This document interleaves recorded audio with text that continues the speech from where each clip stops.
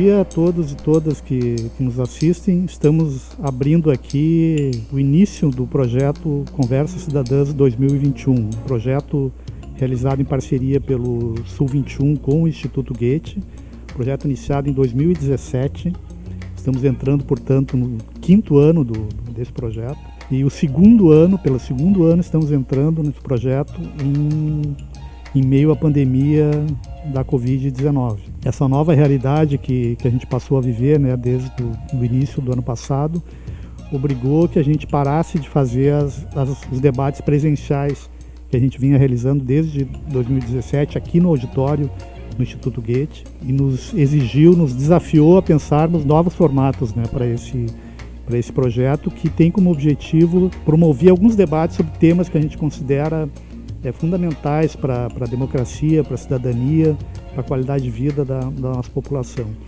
O ano passado a gente escolheu o formato podcast, né? A gente fez aí 4 programas sobre o tema era como a pandemia, como a Covid estava impactando as nossas vidas, né, em várias dimensões. E esse ano a gente escolheu ainda, né, a gente não poderia estar desvinculado ainda do tema da pandemia, mas a gente escolheu um tema guarda-chuva, né, que é o conceito de bem viver, que vai nos orientar nos programas que a gente vai produzir esse ano em formato de vídeo dessa vez. A gente escolheu, para não repetir o formato do ano passado, nós vamos fazer programas de vídeo. Então, diálogo sobre o bem viver é o tema geral deste ano, do Conversas Cidadãs.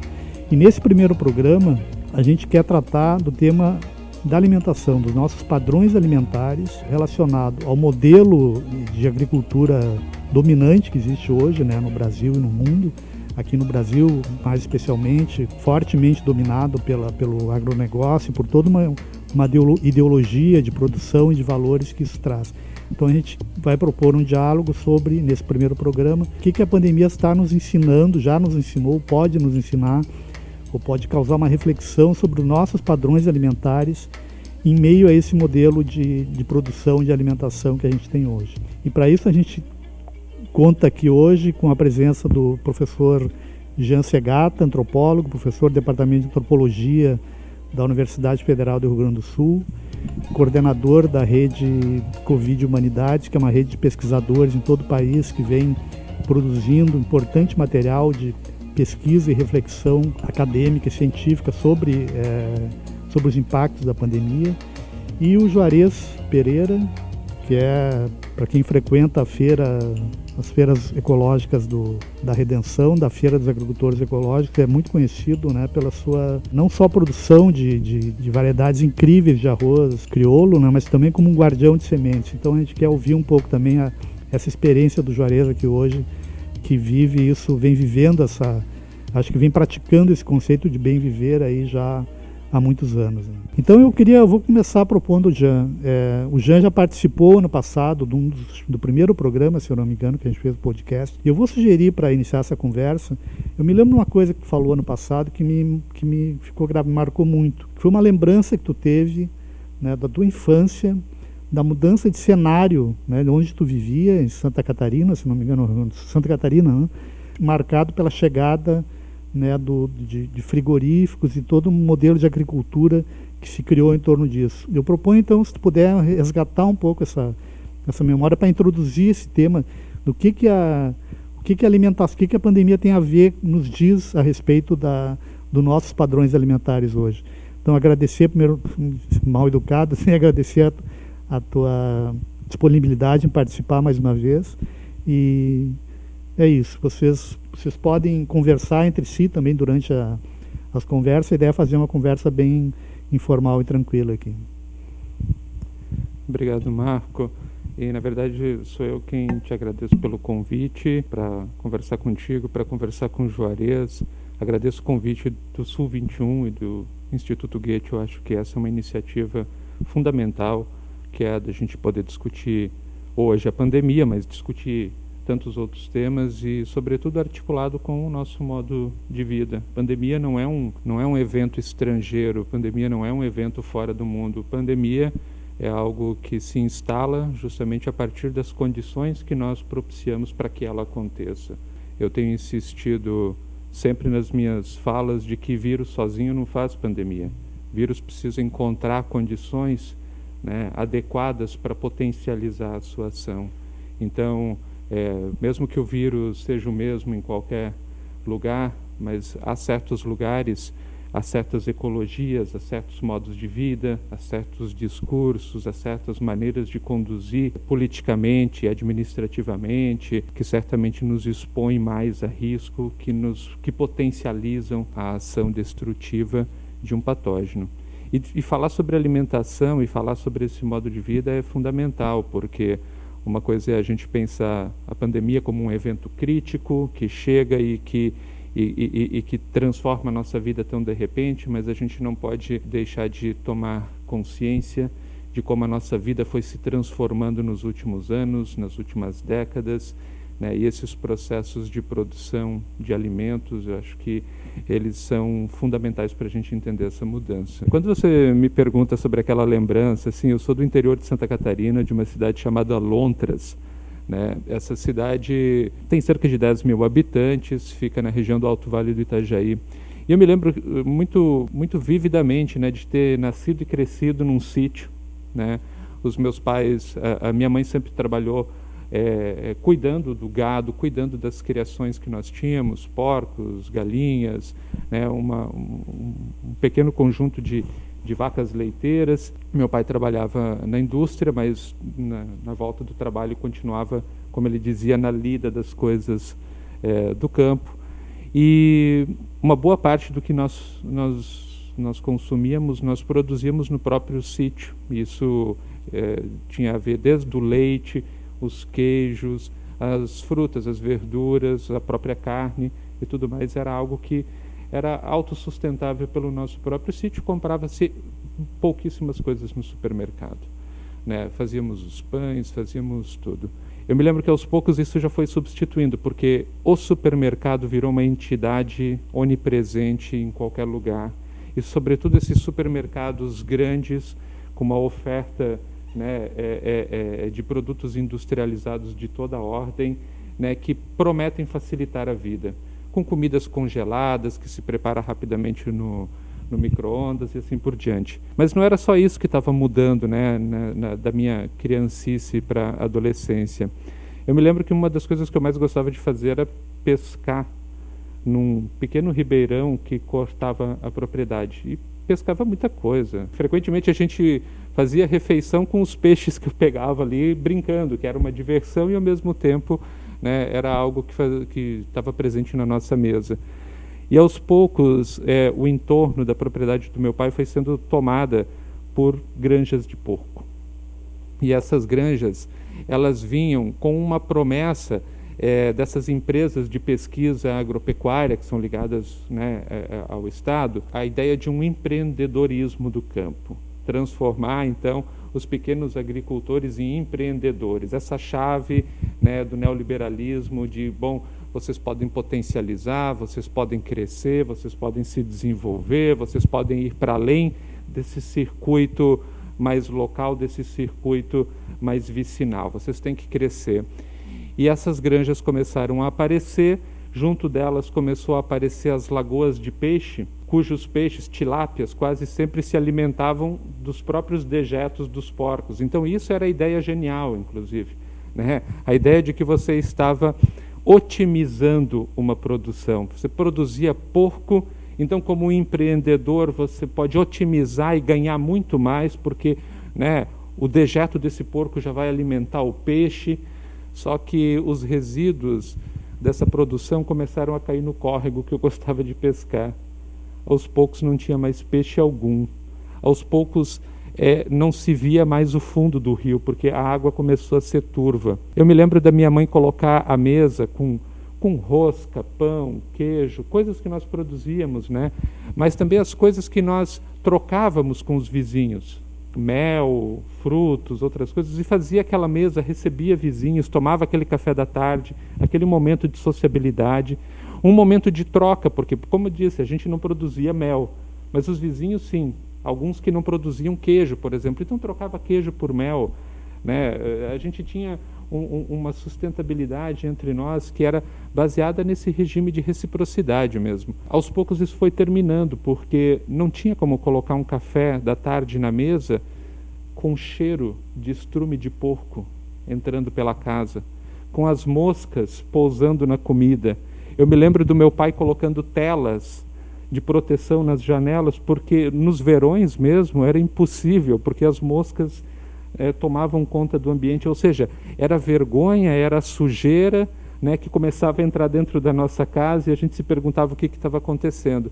É esse tipo de ecologia doentia que o agronegócio produz, né?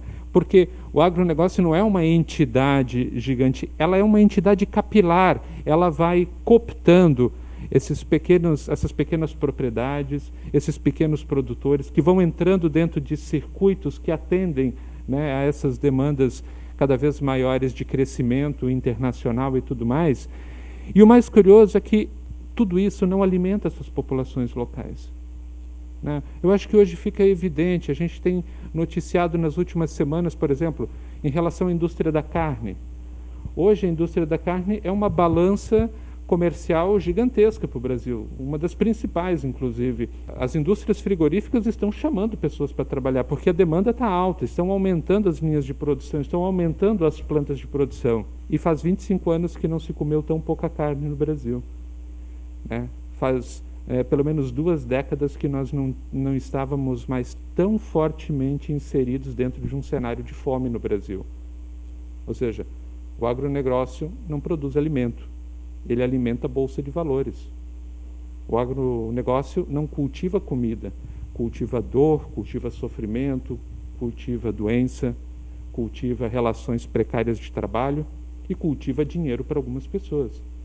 Então, né, essa promessa do agronegócio de que, né, nós vamos alimentar o mundo, não é alimentar no sentido de colocar comida na mesa das pessoas, nós vamos alimentar o mundo de negócios, nós vamos alimentar o mundo financeiro, nós vamos alimentar esse outro mundo que não é esse da comida na mesa. E eu acho que isso a gente precisa realmente discutir, porque a pandemia nos mata hoje, mas o agronegócio envenena a nossa vida há décadas, envenena os nossos ambientes e cria as condições necessárias para que vírus como esse apareçam e se potencializem e continuem, né, a destruir as nossas vidas de uma maneira intensa, como o agronegócio já faz de uma maneira extensa. Obrigado, Jean. Juarez, em primeiro lugar, obrigado por ter aceitado o nosso convite lá, e tirou do teu trabalho lá na feira. A ideia é um pouco, bom, tu tá na outra ponta dessa realidade que o Jean abordou agora. Tu fez uma escolha de vida, né, como um produtor, né, que vai numa lógica completamente diferente dessa do agronegócio. Eu gostaria que tu contasse um pouco como é que nasceu essa escolha e falasse um pouco do trabalho que tu faz hoje como produtor de arroz, de variedades crioulas, né, de arroz aqui no estado. Como é que nasceu essa escolha? Por que tu fez essa escolha? E o que é essa produção hoje? Falasse um pouco desse trabalho também. Muito bom. Então, bom dia a vocês, o Jean, o Marco. Muito obrigado também pelo convite de participar de uma conversa destas, nos oportunizar um encontro desses, porque para mim, ao meu ver, eu sempre aprendo e aprendo muito, né? Ouvindo o Jean falar de sua infância, né? Que são histórias muito verdadeiras, muito bonitas e nos ancoram, né? Permiti ir passando um filme da minha história também, ouvindo o Jean falar da sua história de criança, de adolescente, do habitat onde ele se criou. Estou com 65 anos, sempre fui agricultor, sou filho de pequenos agricultores, com tradição em arroz, né? Mas dentro já de uma área de minifúndio. Há algum tempo atrás eu participo de um grupo de formação em agricultura biodinâmica e há um tempo atrás eu me propus a falar das decisões que eu tive, que eu precisei ter na vida E foi muito interessante, porque eu comecei a levantar ela e via que entre uma marcante que definiu a direção da minha vida, teve outras pequenas que fortaleceram a anterior ou pavimentaram a pista para a próxima decisão, né? Desde lá de trás, quando adolescente também, praticava a agricultura, ainda não muito definido se era aquilo que eu queria, com 17 anos, 18 anos, e aos 20, 22 anos, eu estava com o pé no estribo para vir para a cidade, né? Que era um momento, aí, década de 70, 72, que a cidade estava chamando muito os jovens do campo. E bem um momento de instalação de produção das chamadas commodities, que era fumo, na minha região batata doce, né? E acenando com a soja, né? A soja é o ouro, né? Então, naquele momento, todas essas entidades, Ascar e outros organismos de apoio ao agricultor estavam orientando para o advento da Revolução Verde, naquela condição semelhante ao que o Jean falou da sua adolescência, da sua infância, onde as famílias produziam tudo o que consumiam menos itens naturalmente, mas produziam tudo o que consumiam, e aí então veio essa ideia, essa tentação de produzir uma coisa para mercado. Então foi feito cursos por esses organismos, Ascar, Emater, eu acho que a Emater não existia na época ainda, para uso das sementes híbridas, de adubos ainda, que até ali não se conhecia, até ali a agricultura que eu praticava, ela consumia foices, enxadas, algumas pontas de arado, cordas para uso da força animal, e essas coisas quase todas eram produzidas por algum local, por algum artesão local. As cordas o meu pai mesmo fazia, e os arados eram reformados numa ferraria próxima. A partir daquele momento, a agricultura passou a ser palco de consumo dos produtos da indústria. E aí, meus irmãos já tinham ido. O meu pai se mantinha produzindo arrozes crioulos, semente que a família já tinha mais de 50 anos. E eu, como jovem, 17, 18 anos, via aquele aceno lá do pessoal da academia, enfim, via aquilo como o moderno. E, naturalmente, eu queria ser moderno. E não deu outra, me joguei de cabeça nesse processo. E passei ali praticamente 17 ou 18 anos usando o que havia de mais moderno, de insumos que a indústria disponibilizava, mas sempre ainda como pequeno agricultor, com olhos no futuro, achando que aquele processo eu ia poder enriquecer, eu imaginava uma fazenda de 100 hectares, isso está bom para mim, né? E quase 2 décadas que a lavoura arrozeira passou ali por 2 ou 3 crises. Eu estava na 3ª crise da lavoura arrozeira, que era a crise de preço, o preço muito baixo. Eu percebi nos últimos anos ali que a minha saúde estava indo pelo ralo, estava erodindo, e eu vivendo uma crise financeira e de saúde, né? E trabalhando feito um condenado. Poxa, isso não está certo. E eu tinha passado por um processo digamos, de saúde debilitada e fui buscar tratamento, não tinha nada que me convencia, passou algum tempo e eu fui buscar a minha cura eu próprio, nos livros, onde fosse preciso. E encontrei, porque cumpriu-se o ditado que quando o discípulo está pronto, o mestre aparece. encontrei um livro fácil de ler, com metáforas muito legais, fácil de entender, e que eu abracei ele imediatamente e fiz uma reeducação alimentar. Lembra que livro é esse? Sim, eu lembro. Era um livrinho pequeno da Fundação Dr. Soleil, que chamava-se Você Sabe Se Alimentar. E no final do livro tinha a imagem de um ancião caído no chão e uma criança nua levantando do corpo desse ancião.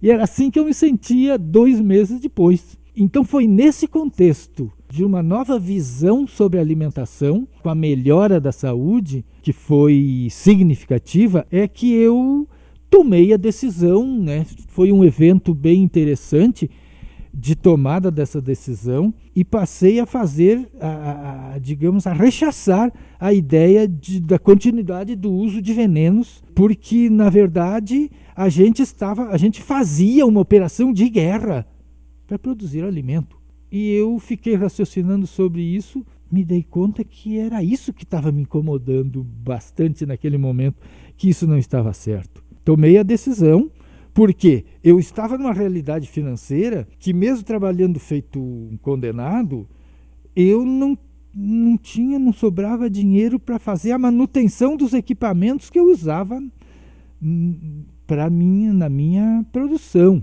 E perdendo a saúde. Eu digo, poxa, mas isso não tem nada a ver, isso não está certo, isso é absolutamente sem cabimento. E disse, não quero mais participar desse enredo. A partir daqui, se eu produzir apenas para mim comer, está de bom tamanho. Porque vou trabalhar menos, vai ser custo baixíssimo a lavoura, a implantação da lavoura, e vou estar longe dos agrotóxicos e das relações tóxicas. As relações de mercado, as relações de compra e de venda, as disputas mesquinhas entre pequenos para saber quem colhe mais, isso tudo são relações tóxicas. E então fui para a agricultura ecológica com esta visão, com essa perspectiva. E aí passei, né, a colher muito pouco, mas isso nada me abalava, os primeiros anos. E aí eu considero, né, que quando a gente toma uma decisão, a gente embica a nave numa direção. Esta é uma estrada. Que essa estrada, quanto mais a gente avança por ela, mais se afasta da outra oposta, né? E na margem dessa estrada, a gente encontra as pessoas que estão nessa estrada.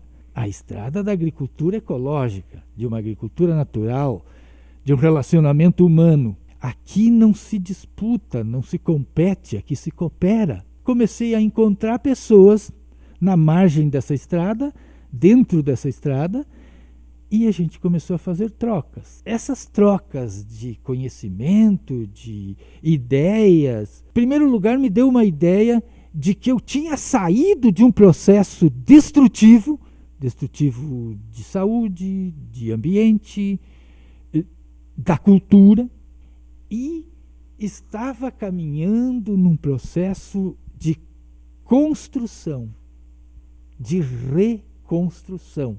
Isto é uma coisa fundamental, impulsionadora para um ser humano que percebe. Assim, né, como recolher fragmentos na memória ou através de conversas e aplicar e ver resultado, também produz um efeito semelhante ao de uma criança que dá os primeiros passos. Isso tudo foi afirmação e impulso para a manutenção, para sentir-se feliz no que está fazendo, né? Com um sentido. Fica muito claro que num processo de agricultura ecológica, de geração de alimento e de geração diversificada de alimento, o ser humano envolve-se e não desenvolve-se. Ele envolve-se com o processo de geração de alimento que é a sua vida. A atividade, o alimento, as relações que esse estado, que esse lugar lhe propiciam. Isto é a sua vida. dentro desse contexto, do contexto de uma feira, se encontra as pessoas, em determinado momento, fizeram decisões de se alimentar com um alimento digno, com um alimento de qualidade, e estabelecer, né, relações amorosas, assim, tal qual o agricultor que empenha-se na regeneração do seu ambiente, da sua terra, ele tem com esse ambiente. E essa foi a decisão marcante da minha vida, né? Obrigado, Juarez. O Juarez falou em escolhas, decisões, né? Eu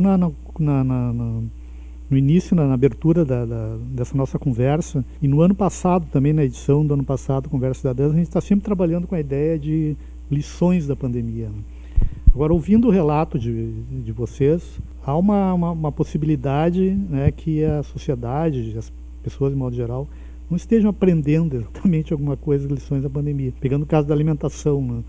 Falou do aumento da produção do negócio de frigoríficos. Eu imagino que todo esse regime de home office que muita gente entrou provoca um aumento do consumo de coisas congeladas também, coisas feitas.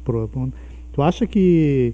E depois essa pergunta vale para ti também, Juarez. Vocês acham que as pessoas, estou generalizando aqui, mas de modo geral a sociedade está aprendendo alguma coisa com a pandemia em relação especificamente à alimentação? Antes de responder, inclusive, Marco, a questão, eu queria até comentar uma coisa que o Juarez falou, porque é fantástico ouvi-lo. Essa, para mim, foi uma chave assim também decisiva para começar a refletir sobre esse processo que a gente tem vivido. Você falou uma coisa que me toca muito, né? Eu venho lá da antropologia. Muitas vezes a antropologia é conhecida por estudar culturas. Bom, seja lá quais forem, ou seja o que isso queira dizer, mas se tem alguma coisa que eu aprendi nesse processo, é justamente de que cultura implica também essa corresponsabilidade, cultura implica essa partilha, uma responsabilidade dividida, implica envolvimento, implica fazer parte, né? Essa passagem de termos da agricultura para o agronegócio, ela é totalmente instrutiva para a gente entender a toxicidade do que a gente está falando. Porque a gente estava falando de um processo de partilha, de envolvimento com a terra, com o ambiente, com a produção de alimentos. E isso virou negócio. E negócio normalmente não combina com a partilha, não combina com o envolvimento, não combina com o amor, né? Trata-se de uma coisa distante, objetiva, que se extrai, que se domina, que se coloca sob controle. Uma operação de guerra, né, Juarez? Eu acho que é esse modelo de mundo que eu me oponho, sabe? A gente fala que a gente está em guerra contra o vírus, em guerra contra a pandemia, em guerra. A gente se coloca sempre nessa posição de uma externalidade das coisas, né? Tudo é visto como inimigo, né? A gente não está cultivando relações de cuidado, relações de pertença, né? Relações de envolvimento. É isso que a gente está pensando quando a gente fala em bem viver. Bem viver é justamente ter essa corresponsabilidade, é viver essa comunhão, e não uma relação de dominação, de controle. Quando se substitui, né, Juarez, aquela semente nativa, aquela semente crioula pela semente feita em laboratório, é um indicativo de que eu quero ter controle sobre a semente, porque essa fui eu quem fiz lá no laboratório. Eu não dependo da imprevisibilidade da natureza. Sabe, esse fetiche de ter controle, de crescer, como o Ailton Krenak falou no Roda Viva, né? Para quê? Para depois chefe de Estado se encontrar e ficar exibindo o PIB um para o outro? Sabe, esse fetiche patriarcal, né? De crescer, de desenvolver, de ser grande, né? E às custas justamente de extrair tudo isso dos ambientes, do nosso entorno, como se nós não pertencêssemos a ele, mas como se nós vivêssemos sempre uma relação de domínio, né? Então, eu fiquei muito tocado pela tua fala, porque eu acho que isso é um aprendizado concreto do que é bem viver. Bem viver é a gente sair dessa relação de toxicidade, né, de desenvolvimento, e justamente criar as condições de relações de envolvimento. Juarez, estamos nós, enquanto sociedade aqui no Brasil, aprendendo algo com essa pandemia, pensando mais especificamente no tema da alimentação, da produção de alimentos. O que tu acha na tua pela tua percepção, pela tua experiência. Pois é, entendendo algumas coisas que a sociedade, né, se colocou, ao mesmo tempo que eu vejo produtores, eu não chamo de agricultores é quem incorpora a cultura no exercício de sua produção. Produtor é aquele que está desenvolvido da atividade, né? Esse é um conceito. Se a gente tiver o colapso de algum dos insumos, ou de alguma linha de insumos, eles não saberão mais para onde se virar. A gente vê a cidade também crescida, inchada do jeito que cresceu nas últimas décadas, com extrema vulnerabilidade. Vulnerabilidade, eu falo de abastecimento, eu falo desta necessidade de ter que ir trabalhar com Covid. Isso é uma necessidade, né? Então, essa é uma condição que estamos vivendo. E aí se tem essa polaridade aí, né, entre ricos e pobres, entre quem tem que vender a sua força de trabalho e outros que já têm garantido para as próximas 4 ou 5 vidas que não precisam fazer nada. Essa condição de não precisar se esforçar, de conforto, diria assim, de conforto, que não precisa se expor, porque posso ir para minha casa de praia, para minha casa de campo, e deixar gente cuidando do meu negócio na cidade. Essa situação de conforto, ela não possibilita a mudança.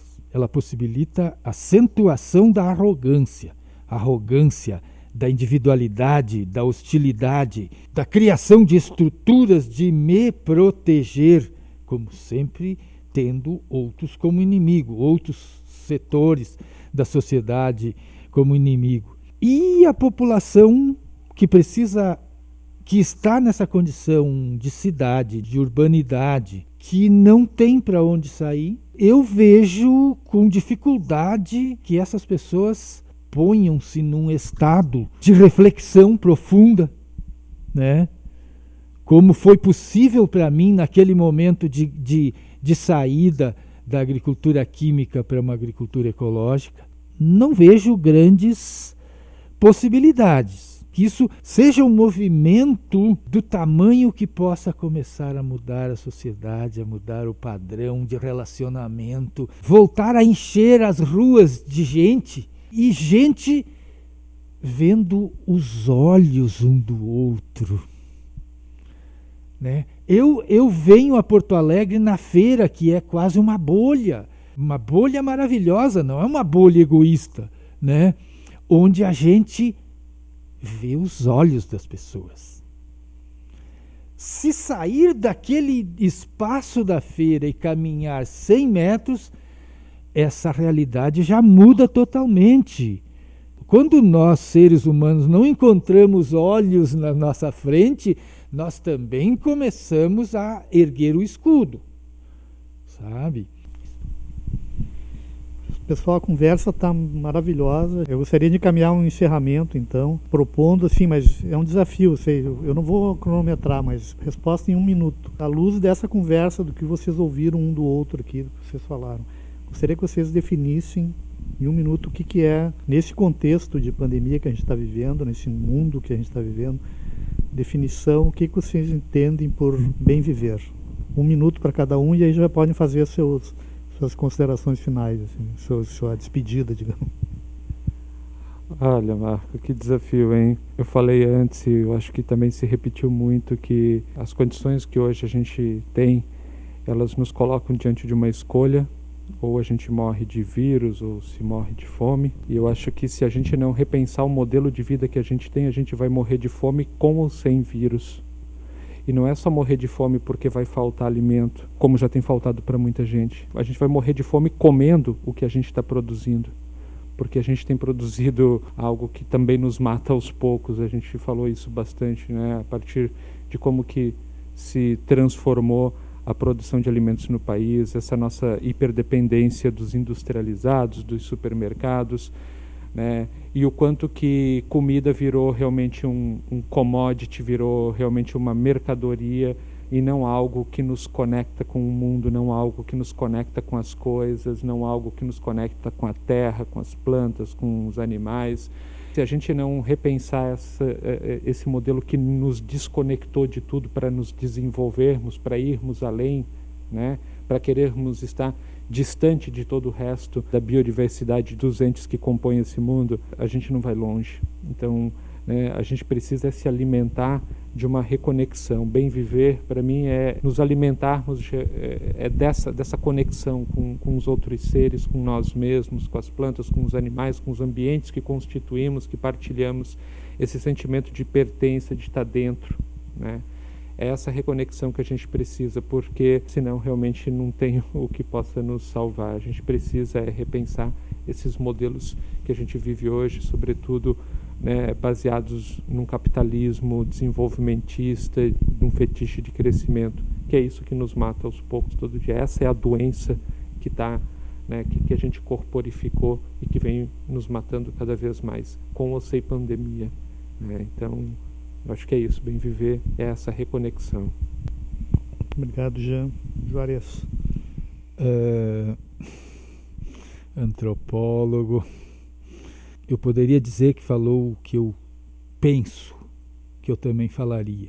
Eu tenho apregoado que a desconexão que a sociedade vive em relação à terra, a mãe, que é a que nos cria, nos nutre, encaminha-nos para uma maior artificialização.